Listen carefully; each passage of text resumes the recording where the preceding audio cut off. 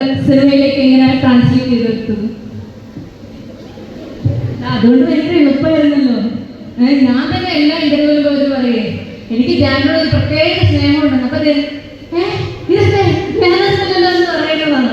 അങ്ങനെ പറയുന്ന ആളായിരുന്നു. പക്ഷെ എന്നിരുന്നാൽ പോലും എനിക്ക് അഭിനയിക്കാൻ പറയുന്നത് എന്റെ അടുത്തുകൂടെ പോലും പോയിട്ടില്ലാത്തൊരു കാര്യമായിരുന്നു. അപ്പൊ ആദ്യം എന്നോട് ഇങ്ങനെ എടീ ഒരു സിനിമ വരുന്നോ എന്ന് ചോദിച്ച് ഫോൺ വിളിച്ചപ്പോൾ ഞാനോട് ധ്യാനം എനിക്ക് അഭിനയിക്കാനൊന്നും അറിയില്ല. അല്ല നീ അഭിനയിക്കുകയേ വേണ്ട, നീ എന്താണോ അതാണ് ക്യാരക്ടർ എന്ന് പറഞ്ഞു. നിങ്ങൾ സിനിമ പോയി കാണണം.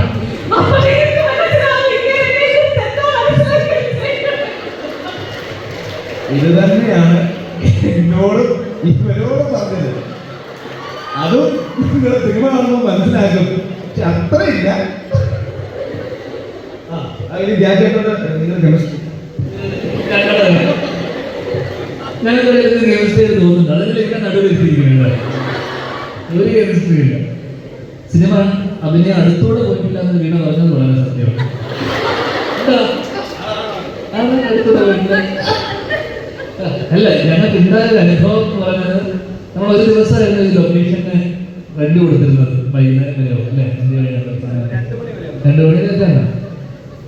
അപ്പൊ വീട്ടിലെ ശമ്പളം നമ്മൾ മുന്നേ നിശ്ചയിച്ചിരുന്നതാണ്. ആ ശമ്പളവും കഴിച്ച് ആ ലൊക്കേഷന്റെ റെന്റ് കഴിച്ച് വീട് ഞങ്ങൾക്കൊരു 10 പൈസ ഇങ്ങോട്ട് തരാനുണ്ട് അവിടുത്തെ അല്ലേ. ഞങ്ങൾ രാത്രി 9 പക്ഷേ ആദ്യ സിനിമ വീണ ഒട്ടും നന്നായിട്ടില്ല എന്ന് തന്നെ പറയേണ്ടി വരും. ഇല്ല, എന്നെ സംബന്ധിച്ചിടത്തോളം വീണ വിളിച്ചോടനെ കാരണം വീണയുടെ ചാനലൊക്കെ എല്ലാവരും കാണുന്നില്ലേ. അത് വെറുതെ ഒന്നുമില്ല കേട്ടോ. നീ നേരത്തെ പറഞ്ഞ എത്ര 40 സെന്റ് അവിടെ ആലോ പുഴയുടെ തീരുന്നത് അല്ലേ? കാരണം ഈ ഇന്റർവ്യൂവിൽ നിങ്ങൾ വിചാരിക്കുന്നത് ഇതൊന്നുമില്ല. ഈ കൂളിംഗ് ഗ്ലാസ് ഒക്കെ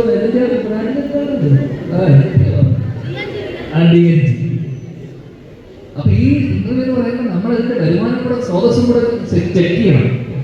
കാരണം ഏകദേശം 40-42 ലക്ഷം ഭക്ഷണ ശേഷം ഞാനും ബേസിലും ചെയ്തിലുള്ള ഇന്റർവ്യൂവിന് 70 ലക്ഷം. പിന്നെ എത്ര പൈസ കിട്ടി കാണുന്നത് കൊണ്ടോ വീണെങ്കിൽ ഒരു ഗസ്റ്റ് നമുക്ക് ചിന്തിക്കാൻ പറ്റില്ല. ഇവര് യൂട്യൂബിൽ നിന്ന് ക്രിയേറ്റ് ചെയ്യുന്ന റവന്യൂ അത് സത്യം പറഞ്ഞാൽ എനിക്ക് ഇത്രയും ദിവസത്തെ 4 കൊല്ലം ശമ്പളത്തിൽ എനിക്ക് കിട്ടി. സത്യമല്ലടാ.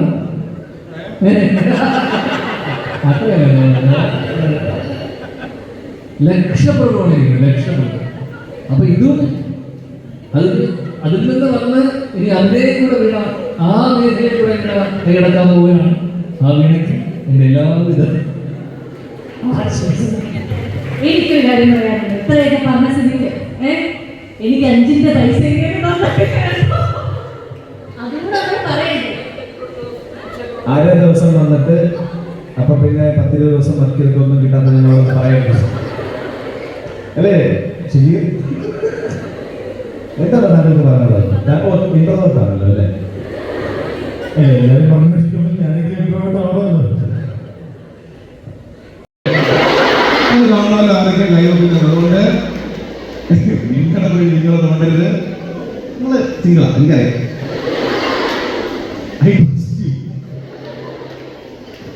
We love you. Thank you so much.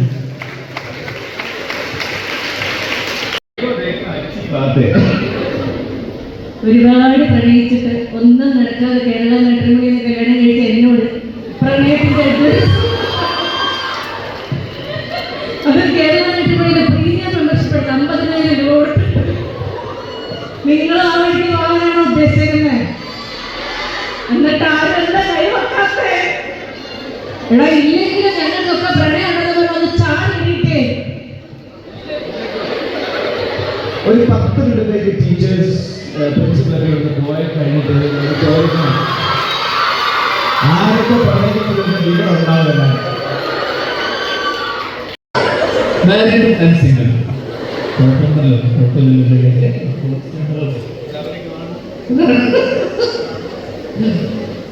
എല്ലാവരും സിംഗിളാണ്.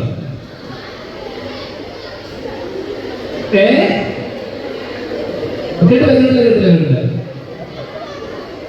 അപ്പൊ നിങ്ങള് കമ്മിറ്റഡ് ആവാൻ ആഗ്രഹിക്കുന്നവരുണ്ടോ ഈ കൂട്ടത്തില്? ഉണ്ടോ? ആ, അപ്പൊ എന്താ നിങ്ങൾ ഇത്രയും കാലമായിട്ട് സിംഗിളായി ഇരിക്കാൻ എന്തെങ്കിലും തക്ക കാരണങ്ങളുണ്ടോ? നിങ്ങൾക്ക് കിട്ടിയ ഏറ്റവും നല്ല റിലേഷൻഷിപ്പ് അഡ്വൈസ് എന്താണ്? ആക്ച്വലി ഞാൻ ചെയ്യുന്നത് എന്തെങ്കിലും അവർക്ക് കൊടുക്കാനുള്ള സിംഗിളായി കേട്ടില്ല. ഓ, ഇവരൊക്കെ സിംഗിളാണ്. ഇവരൊന്നും കമ്മിറ്റാൻ താല്പര്യമേ ഇല്ല. അതുകൊണ്ട് ഇവർക്ക് പ്രത്യേകിച്ച് കാര്യം എനിക്ക് തോന്നുന്നു പ്രണയം, ജീവിതത്തിൽ പ്രണയം എന്ന് പറയുന്ന ഒരു ഫീലിങ്സ് അനുഭവിക്കണം എന്നാഗ്രഹമില്ല. നമ്മൾ പറഞ്ഞ കാര്യം എന്തല്ലേ, എല്ലാത്തിനും മുഖത്തൊക്കെ നമ്മളൊക്കെ ചേർന്നത് ഇത് വലുത്.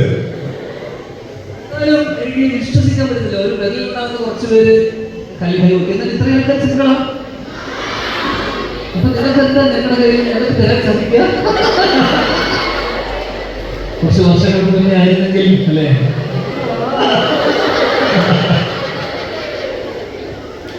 എന്തായാലും സിംഗിൾസിനുള്ള നമുക്കുള്ള അഡ്വൈസ് എന്താണ്? എന്ത് നൽകാം?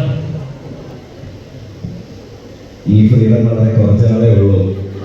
ആസ്വദിക്കുക ഓരോ നിമിഷവും, ഇല്ലെങ്കിൽ ജീവിതം വാർദ്ധക്യം കൊണ്ടുപോകും.